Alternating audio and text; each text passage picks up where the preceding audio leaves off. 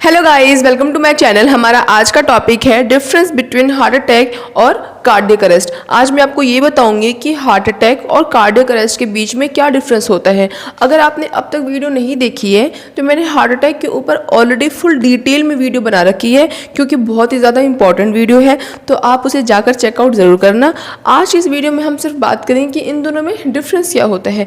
अगर मैं आपको इन शॉर्ट हार्ट अटैक के बारे में बताऊँ तो देखो क्या होता है हार्ट अटैक में कि जो आर्टरीज होती हैं, ठीक है, जो हमारी क्या होती है आर्टरी, वो उनके साइड में प्लाक या फिर प्लेग भी कह सकते हैं, वो बिल्डअप होने लगता है। अब आपके माइंड में आएगा कि प्लाक क्या होता है, तो जो कोलेस्ट्रॉल है या फिर अदर सब्सटेंस है वो क्या होते रहते हैं, डिपॉजिट।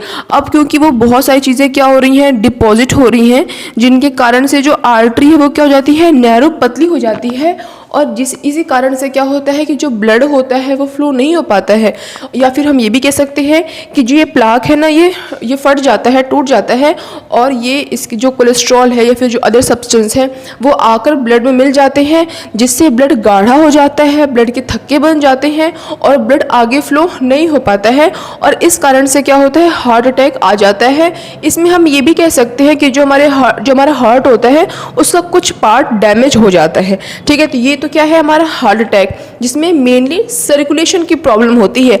बट जो कार्डियक अरेस्ट होता है इसके अंदर सर्कुलेशन नहीं, इसके अंदर इलेक्ट्रिकल इम्पल्स की प्रॉब्लम हो जाती है। जो हमारा हार्ट होता है वो ना बीट करता है, ना हमें पल्स दिखाई देती है।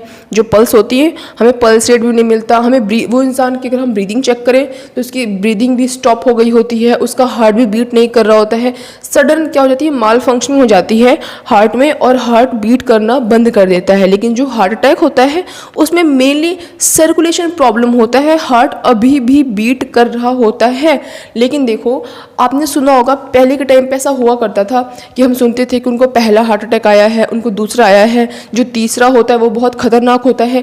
बट आज के टाइम पे अगर हम देखें तो हमारे आसपास आपने बहुत सारे सेलिब्रिटी का नाम भी सुना होगा जिनको सडनली बहुत ही ज़्यादा बहुत लोगों को कार्डियक अरेस्ट आ रखा था, जिनकी सडन डेथ हो गई है।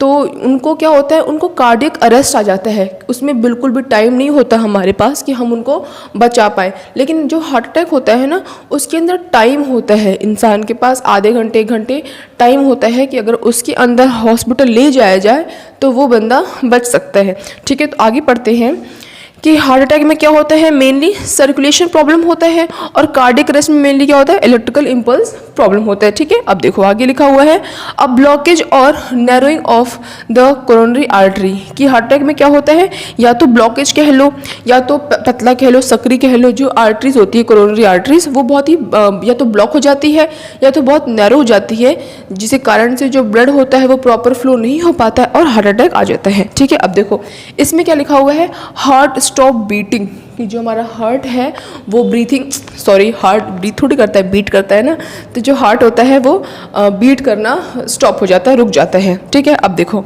नेक्स्ट लिखा हुआ है, सिम्टम्स में ऑकर आवर्स और डे बिफोर, ठीक है। कि जो हार्ट अटैक के सिम्टम्स होते हैं वो या तो घंटे पहले दिखाई देने लग जाते हैं, या तो 1 दिन पहले कि आपको दोनों शोल्डर में बहुत दर्द होगा, आपको बहुत अनईजीनेस लगेगा, आपके चेस्ट में पेन होगा, आपको सांस लेने में थोड़ी प्रॉब्लम आएगी।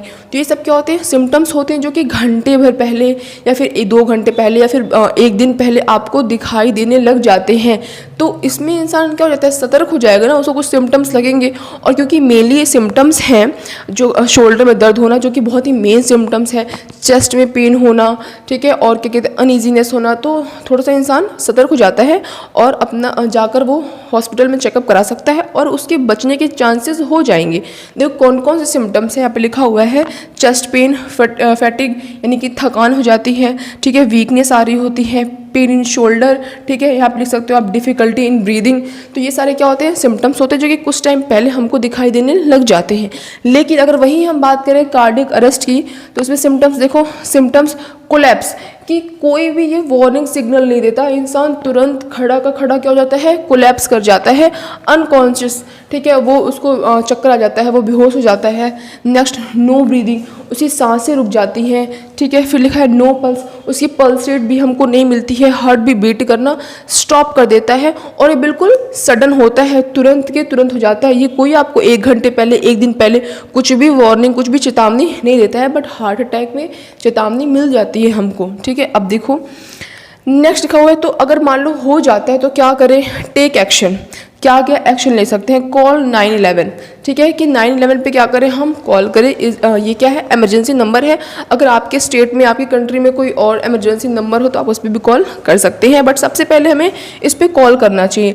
ठीक है, फिर क्या कह रहे हैं, च्यू एंड सोलो एस्प्रिन।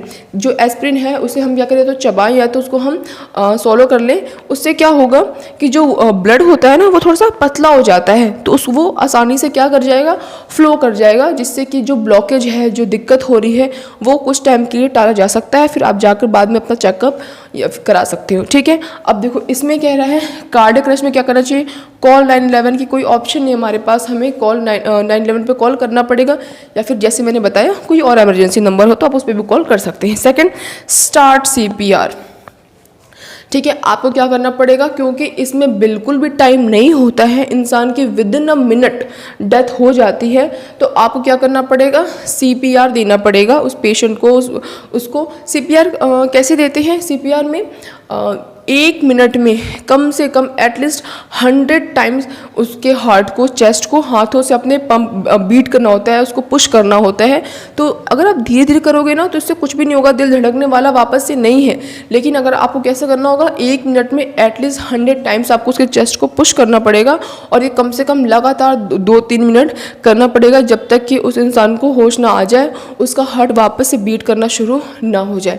तो अब हम बात ये करते हैं कि आखिर जो कार्डियक अरेस्ट है वो क्यों आता है। तो वैसे तो कार्डियक अरेस्ट के और भी बहुत सारे रीजंस हैं, बट उसका मेन रीज़न जो है वो हमारा हार्ट अटैक भी है। और हार्ट अटैक क्यों आता है इसके बारे में तो मैंने ऑलरेडी वीडियो अपलोड कर दी है, आप वहाँ पर जाकर चेकआउट कर सकते हैं। तो मैं उम्मीद करती हूँ गाइज आपको आज की वीडियो बहुत इंटरेस्टिंग लगी होगी।